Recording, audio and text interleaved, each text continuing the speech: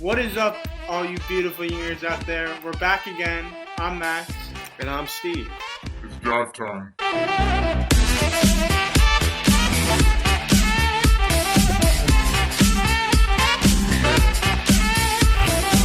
So I'm gonna go with one of the classics, the Beatles.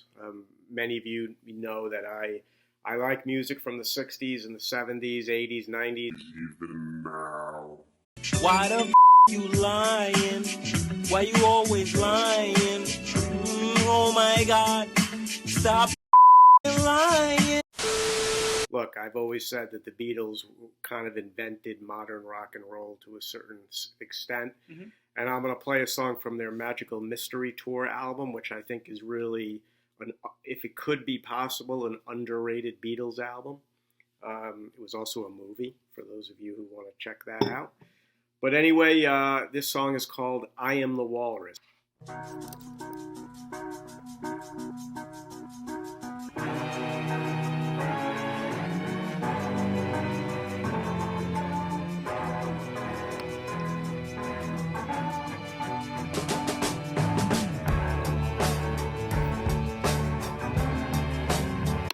Now, just a couple of things I want to point out here, okay?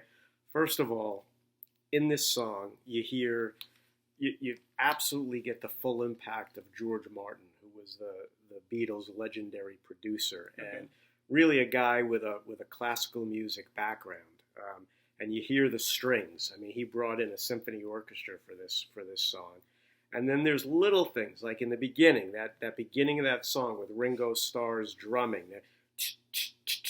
That's a little thing, but it's beautiful. I'm crying, sitting on a cornflake, waiting for the van to come. Corporation t-shirt, stupid bloody Tuesday, man. You've been a naughty boy, you let your face grow long. I am the Eggman, they are the Eggmen. I am the Walrus. Eggman, Walrus? You gotta explain this.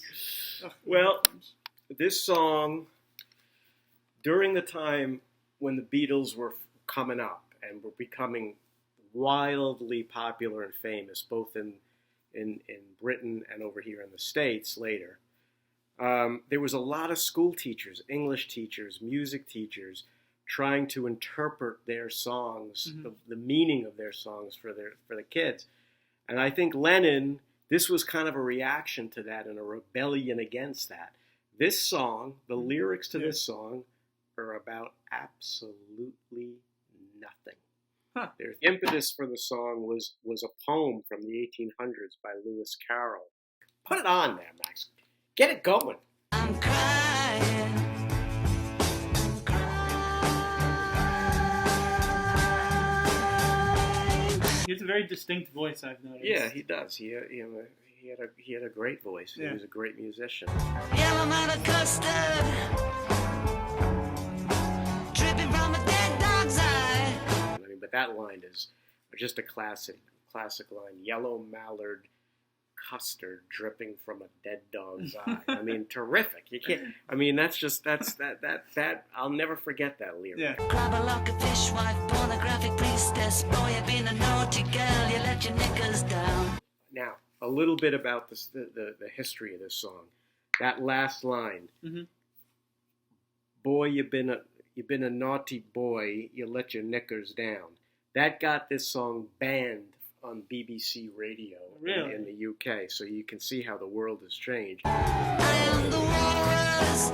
Cuckoo-cuckoo.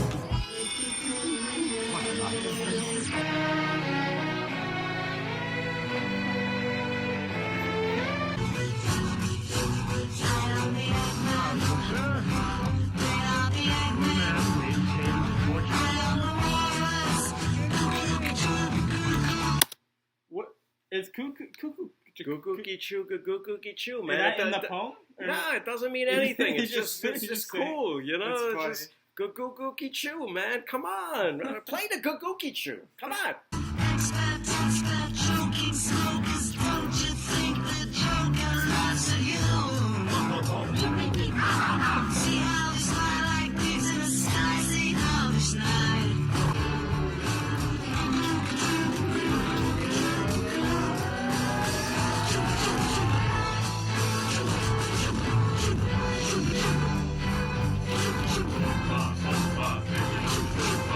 the production is very well done. This is George Martin. This is what I'm telling you. I know, The guy was a musical genius. There are all kinds of sound effects, singing, architectural beauty.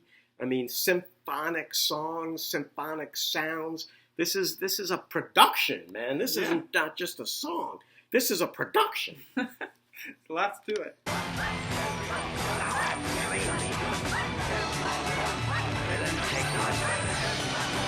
That's just a really cool tune. There's a lot going on there. The Beatles, as you know, I mean, it was the 60s, a lot of drugs. I mean, Lennon says that he wrote most of this song while on acid, and you can kind of you can tell. You can kind of tell. There's just a lot of creativity, and George Martin took it and turned it into a masterpiece as far as I'm concerned. So that's the Beatles, man. Magical Mystery Tour. I Am the Walrus. I hope you enjoyed that. I did.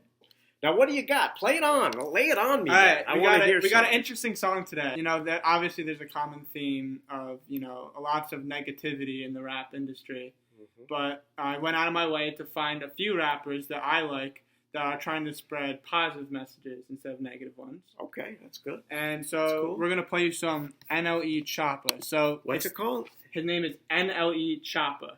NLE Choppa. Yeah. So the backstory behind it is basically. For his name, he was kind of a more violent rapper as with the rest of them.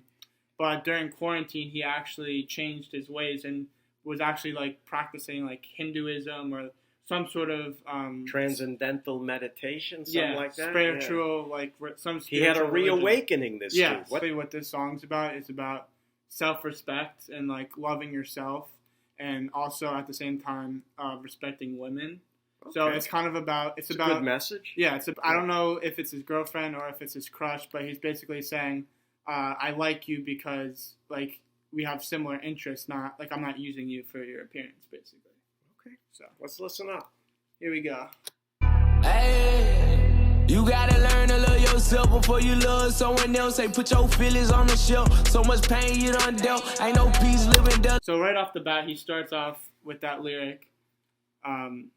You gotta love yourself before you can learn to love someone else.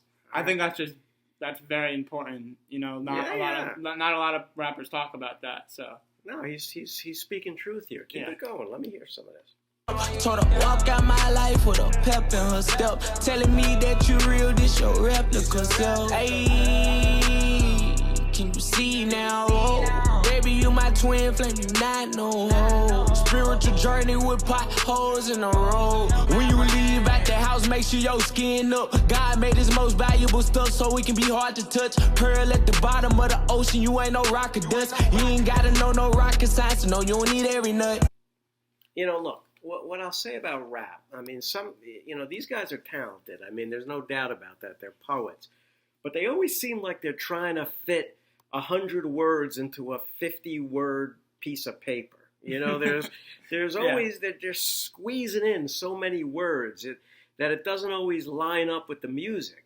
That's my only critique here. He has something to say, but he's saying a lot. I be damned if I see my daughter make her OnlyFans. You a queen. You don't need no bands to make your ass dance. Who agreeing? I ain't trying to. If I hear one more of these overly loud yawns, get up and walk the hell out. Yawn outside.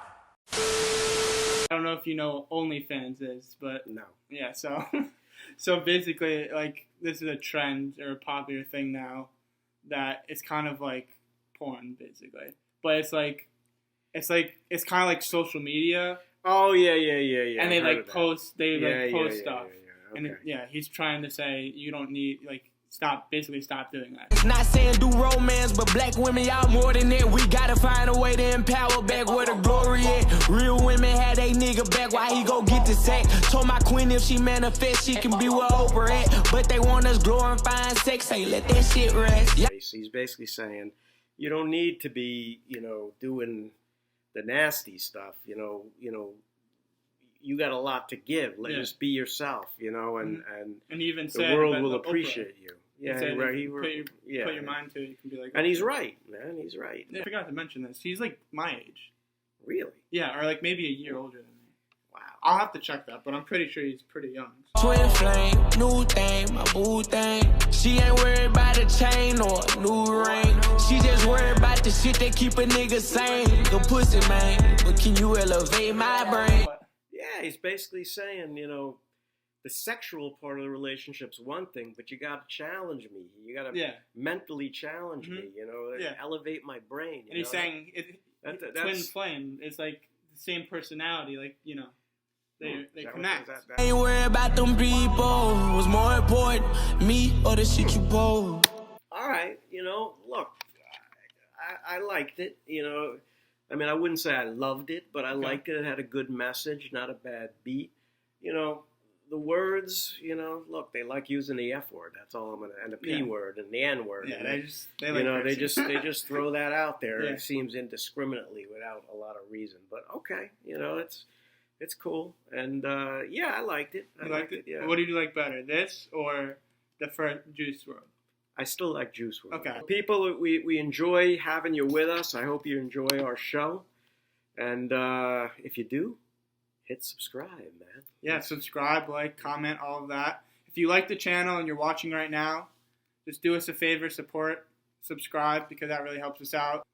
Next time, you were mentioning the cursing and all that. I actually found the rapper I actually recently discovered. Very good beat, good message, and his whole album, no curse words or anything. Really? Yeah, I was really surprised, actually. That's a miracle. All right, that's all we got for today. So peace out.